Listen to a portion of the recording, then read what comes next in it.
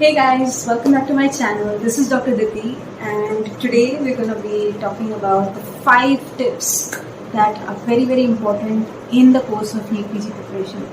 So without any further ado, let's get started with the whole video. So firstly, there are 5 basic tips. So tip number 1 is less is more. Yes. So less is actually more. Neet PG is not testing your entire 19 subjects. It's only testing 20% of the portion, and it is very important for us as exam givers to recognize what that 20% of the portion is, because everybody of you know that medical science is endless. There's just simply no end to the kind of knowledge that we can gain out of this entire preparation. So it becomes very important, and that's what's going to set toppers apart from the people who are studying average. So everybody's studying for, let's say, a good 8 to 10 hours, but even a person who's getting a rank of, let's say, 20 to 40,000 is studying for that much time, and a person who's getting a top 5,000 rank is studying for the same amount of time. So what sets them apart from us is the fact that they know what to read, because they understand that time is limited, your resources are limited, your capacity to take those resources is limited. So you need to understand what to highlight on, because you cannot remember. Okay, तुम पढ़ भी लो एक बार, लेकिन तुम याद नहीं कर पाओगे सब कुछ यार. तो it is very important to recognize that 20%. And now with Marrow's schema coming in, it's a very beautiful feature. You can actually realize which important topics have been asked in the past years, and you can. It's ready-made for you. But I still suggest that you have your own kind of a schema. You prepare your own schema and realize what kind of topics are actually important. Let's take an example. I would say FM as a subject. You think that FM is the entire subject. There's FM, there's toxicology. But believe me, from Toxico, they're only asking one question. So you need to understand what you have to read from Toxico. So that is what I mean by letting you know what is the 20% of the portion you have to actually focus on. So that is the first step. Now the second tip would be that always one should have a mentor.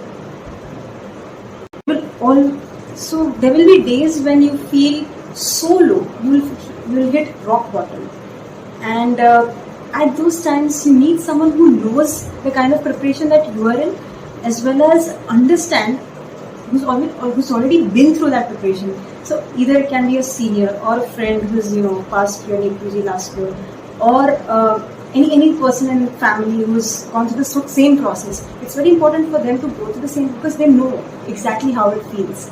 So it is very important to have a mentor, and you can always share your feelings with them. So that is another tip.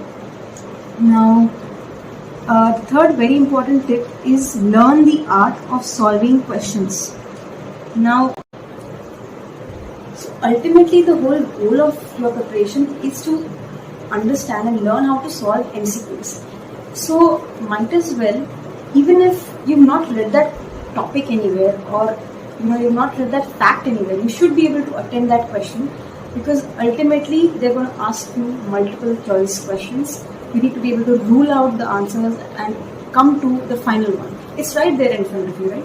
So that can only happen once you start solving more and more questions. That art of solving MCQs will only come when you kind of solve more and more MCQs. And for that, you should not be too hard on yourself and be like, okay, I'll solve 200 questions straight away right from the first day. No, you'll actually burn out. What you can do is start with 100 questions initially, then move to 200 slowly, and that should be gradual. Second last month probably you can shift to 150, and the last month you can do 200, something of that sort. So anything that works for you. This is just my way of working, but it can be anything for you as well.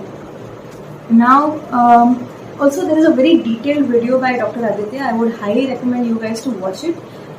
He has actually given examples of how to approach a question. There's one about group B hemolytic streptococci. I just remember it vaguely, but I had seen it at the time of my preparation, and I was like starstruck, like wow, this is how I actually should be going about doing questions. So I highly recommend you guys to watch it. Now moving over to the tip 4.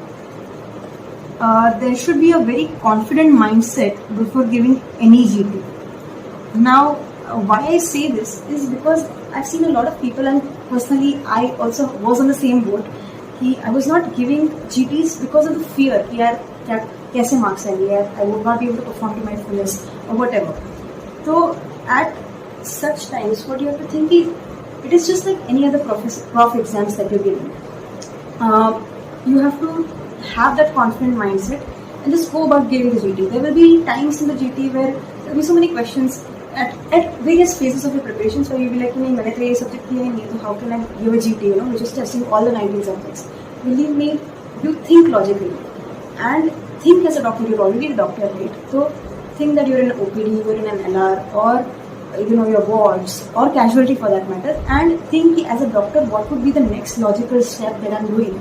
So for instance, I never have read medicine from a solid book. I don't have any solid proper notes or any textbook to refer for medicine because I've not read that subject as such at all. So I was initially of the mindset कि मैंने तो पढ़ा ही नहीं, पता आता ही नहीं. But as I started doing the GTs, I realized कि it is my mindset that's going to matter. Once I started thinking like, no, whatever it is, I still attended my posting, right? I still attended casualty, I have my medicine postings. So फिर might as well think as a doctor and think of the next logical step that can be the way forward. So if you think like that, so the answer is right there. Just think of it very logically. Even for that matter, in major subjects like obs-gynae, surgery, all of it. So now going over to tip number 5, very important, and I'm sure a lot of you might be facing it at some point of time or the other. Don't overthink, very, very important, and have your own defense mechanisms for times when you feel anxious. Now, as simple as this might sound, but I'm sure at any given point of time, we are very, very anxious, and we start doubting ourselves at some point of time, you know, because it's such a long journey and it takes a toll on you physically, mentally, in every way possible. So at such times, you know, the people who can come out of it are the people who will be able to prosper. So you need to have your own set of defense mechanisms to cope up with that anxiety. For example, mine would be to have a list of friends, you know, that who can instantly lighten up your mood. You can talk to them anytime about anything. So for me, that would be my family, my mom, my dad, my mentor, my cousins, my Disha Saurabh, who would instantly, you know, uplift me in whatever phase that I'm in, because they've gone through that same phase. They know that it's normal to actually feel that way. And maybe Push too, because I would actually talk. I would just look at her playing around, and for those of you who do not know, Push too is Saurabh and Disha daughter, and she acts as an instant source of energy. So have such small things. Then I used to journal. Then take a dinner break with your friends, your family. Watch a very light movie. Don't go and watch some very heavy movie, but a light comedy movie would do, and it will instantly uplift your mood, you know. Then I cannot stress this enough, but meditation. I thought how is it ever gonna help me? But at times when I would be very, very low, I would just sit in a calm room and meditate for 20 minutes. There are many videos on meditation. I am not the right person to guide you because I have learned watching those videos as well. But meditation truly works wonders when you're feeling very, very worrisome or anxious. So might as well try it, guys. So that's about this video, guys. I hope you guys enjoyed it. But I just want to put one thing out there, that everybody has their own journey. Everybody takes their own time. So till then, just hang in there, be confident, be mindful, and have patience, and everything will fall just in place. So See you all in my next video. Until then, like, share and subscribe. Oh my god, I can't just believe I'm getting goosebumps saying this. So, and let me know in the comments how you guys like this video. Thank you. Bye bye.